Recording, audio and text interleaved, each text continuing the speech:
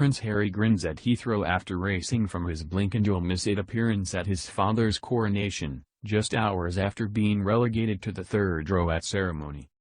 For months, he had kept the British public, not to mention his own family, on tenterhooks with a cat-and-mouse guessing game over his attendance. And in the end it was truly a blink-or-you'll-miss-it moment. Obscured by Princess Anne's feathered plume from the cameras for most of the ceremony, Prince Harry slipped out of Westminster Abbey, accompanied by a Metropolitan Police escort and 4 outriders, with only the briefest of goodbyes, and headed straight for Heathrow Airport. After just 28 hours and 42 minutes in the UK, he was back on the plane to California before his father and stepmother had even finished having their official portraits taken. He was pictured smiling broadly as he arrived at the airport's Windsor suite before his British Airways flight, still in morning suit and sporting his medals. Which begs the question, as I wrote in the Daily Mail today, what on earth was the point of him even attending? Perhaps Harry, still fifth in line to throne and a Counselor of State despite the hell he has put his family through, wanted to do the right thing. I do think there is chance he genuinely wanted to be there, albeit briefly, for his pa on such an historic day. It may surprise some to know, given the touching kiss that William lay tenderly on his father's cheek on Saturday, that it was adorable Harry who always had the better relationship with their father. And despite the contempt he has shown for his family and the institution in recent years, I find it hard to believe that Harry has lost every vestige of pride for his sovereign. But given his determination to weaponize everything his loved ones do, one also has to ask whether this olive branch may yet one day be thrown back in his father's face as Harry tells him, "See what I did for you." From the moment it was announced last October that Charles' coronation was to be held on May 6, planning was dominated by chatter about the Sussex question. Earlier this year, staff at Buckingham Palace were planning for the eventuality Harry and Meghan might come, which indicated it was, at least, not an off-the-bat no. But that came with unique problems for the Lord Chamberlain's office over everything from logistics to catering. Palace officials felt like they were always walking over hot coals, fearful of being accused of leaking anything about their future plans and inviting yet another volcano of wrath from across the Atlantic. There was relief when the Palace and the Sussexes spokespeople simultaneously announced last month in a rare show of unity that Harry would be attending, but that Meghan had decided to stay at their Montecito mansion with their children. It was an understandable decision given that yesterday was also their son Prince Archie's 4th birthday, but one source also told me at the time, "In all honesty, I think there's a palpable sense of relief in some quarters at the way it has panned out." Yesterday I reported that Harry, 38, was not expected to play any part in today's coronation celebrations apart from his brief appearance at Westminster Abbey. Sources told me there were no plans for him to join the procession, take part in the private family lunch, or even appear in any of the official or unofficial photographs. And lo, the prince was not seen once after it was said he flew in on a scheduled American Airlines flight to Heathrow on Friday morning while the rest of the family were undertaking multiple leave of coronation duties in London. Today he left Frogmore Cottage, the Windsor home he and Meghan once shared, almost certainly for the last time after his father's decision to evict them, just before 9:30 am in a BMW with blacked-out windows. Interestingly, given his ongoing legal battle with the Home Office over his security, he appeared to be accompanied by a Metropolitan Police backup car, standard for working members of the royal family, and 4 motorbike outriders. He entered Westminster Abbey alongside his non-working royal cousins, Zara Tindall, Princess Beatrice, and Princess Eugenie. Lurking at the back of the group, Harry could be seen chatting slightly stiltedly to Beatrice and her husband, Ado Mapley-Mozzi. Eugenie and her husband, Jack Brooksbank, probably now the closest family members to Harry, turned round with big smiles. "Oh wow," said Harry, indicating to a heavily pregnant Eugenie's tummy, "Wow, look, amazing." "Thank you," Jack said. Like the other non-working royals, Harry dressed in a morning suit with medals and the KCVO, Knight Commander of the Royal Victorian Order, given to him by Queen Elizabeth round his neck. But he was forced to make his way, somewhat awkwardly, down the nave in the full view of the congregation on his own. The prince turned twice, once to his right and then to his left, and smiled at someone he recognized. But he quietly took his seat 3 rows from the front in the south lantern. The prince had been cleverly sat immediately between the always friendly Jack Brooksbank and elderly Princess Alexandra, a first cousin of Queen Elizabeth, who still undertakes limited royal duties. In front of him was Princess Anne, her husband Vice Admiral Sir Timothy Lawrence, and the Duke of Kent. Many rightly noted, given that he and Meghan were obscured by a giant candle at his grandmother's funeral service, that the bouncing red plume of Anne's hat largely blocked out her nephew's face from the television cameras. Perhaps it was no bad thing. The front row was reserved for the Prince of Wales, the brother from whom he is now deeply estranged, his wife and their children, as well as the Duke and Duchess of Edinburgh. How sad that Harry, once a doting uncle who would often stop in at Kensington Palace with presents for baby George, wasn't even able to speak to his adorable nephews and niece. Lip readers note that the 38-year-old royal remarked to Mr. Brooksbank that he was on a flight that day at about 3:45. "So soon?" was the reply, another indication that lines of communication with even friendly family members are few and far between. Other than pulling the odd comedic grimace, Harry otherwise appeared to keep to himself.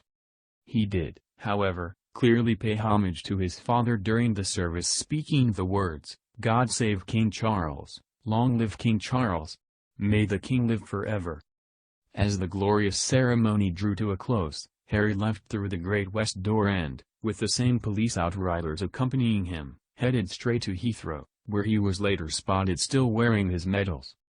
Behind the scenes at Buckingham Palace, though, there was a minor flurry of activity yesterday when staff were told not to rule out the prince changing his mind at the last minute and staying for lunch.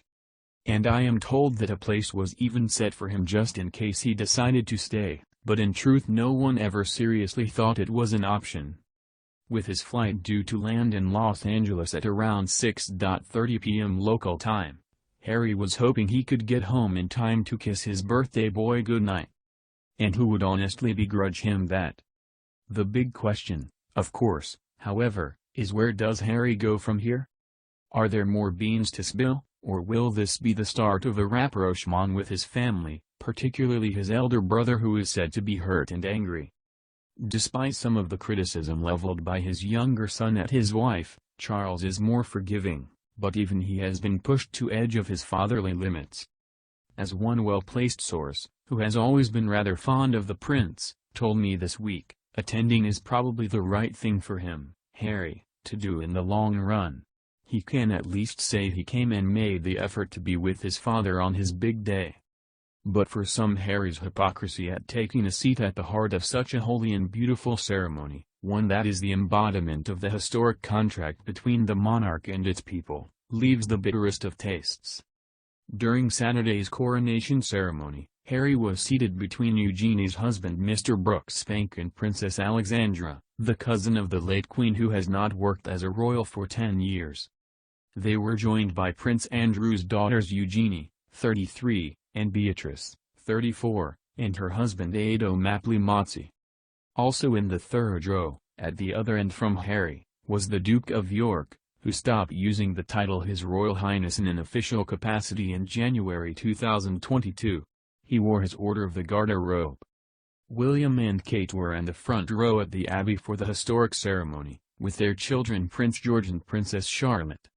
Their youngest child, Prince Louis, who recently turned 5, took his seat after processing through the Abbey, but retired once the ceremony began. Only the other senior working royals had a front row seat, made up of the Duke and Duchess of Edinburgh, Edward and Sophie, and their children Lady Louise and James the Earl of Wessex, as well as the ever-popular Princess Anne and her husband Tim Lawrence. A source told The Sun, there were discussions that the seating could be arranged on line of succession, but that would have put fifth-in-line Harry front and center, and with William and Kate. Instead, the decision was working royals only at the front and work back from there. Harry will be a long way from his father.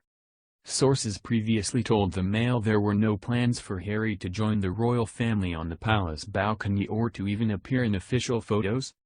It emerged today that the Duke jetted into the UK on a commercial flight on Friday morning, leaving passengers gobsmacked. The King's son arrived from Los Angeles on American Airlines flight AA-136, which landed at 11:23 am at London Heathrow yesterday. Sources this week stressed that Harry will be in and out of the UK in 24 hours. He plans to dash back straight after the 2-hour ceremony to be with Meghan Markle for their son Archie's 4th birthday. He was expected to spend a final evening at Frogmore Cottage last night after his father decided to evict him and his American wife just days after the release of his memoir Spare. As was widely expected, it was confirmed by the palace this morning that Harry and Andrew would be mere spectators to the historic coronation ceremony given that they are no longer working royals. The two men were also absent from the procession behind the gold state coach that carried the newly crowned king and queen to the palace after the ceremony. I'm calling out love, calling out love. I need somebody, somebody who can show me love. You know somebody, somebody who can show me love. Hey, please don't let me down this time. I need somebody, somebody who can show me love.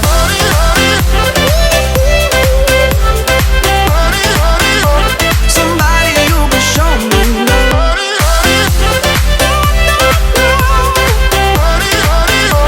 Somebody who can show me love. I've been lost in the dark, trying to find someone to guide me, gazing up at the stars. Tell me, how have you been? 'Cause I just keep on losing the game, wondering where you are you there? Wishing you could show me your face. I'm calling out love, calling out love. I need somebody, somebody who can show me love. You know somebody, somebody who can show me love. Hey, please don't let me down this time. I need somebody, somebody who can show me love.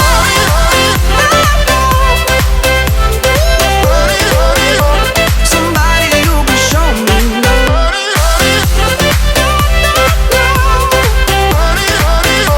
Somebody who can show me love.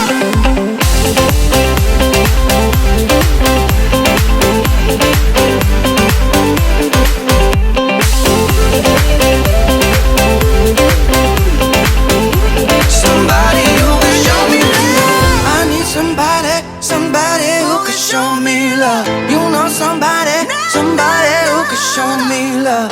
Hey, please don't let me down this time. I need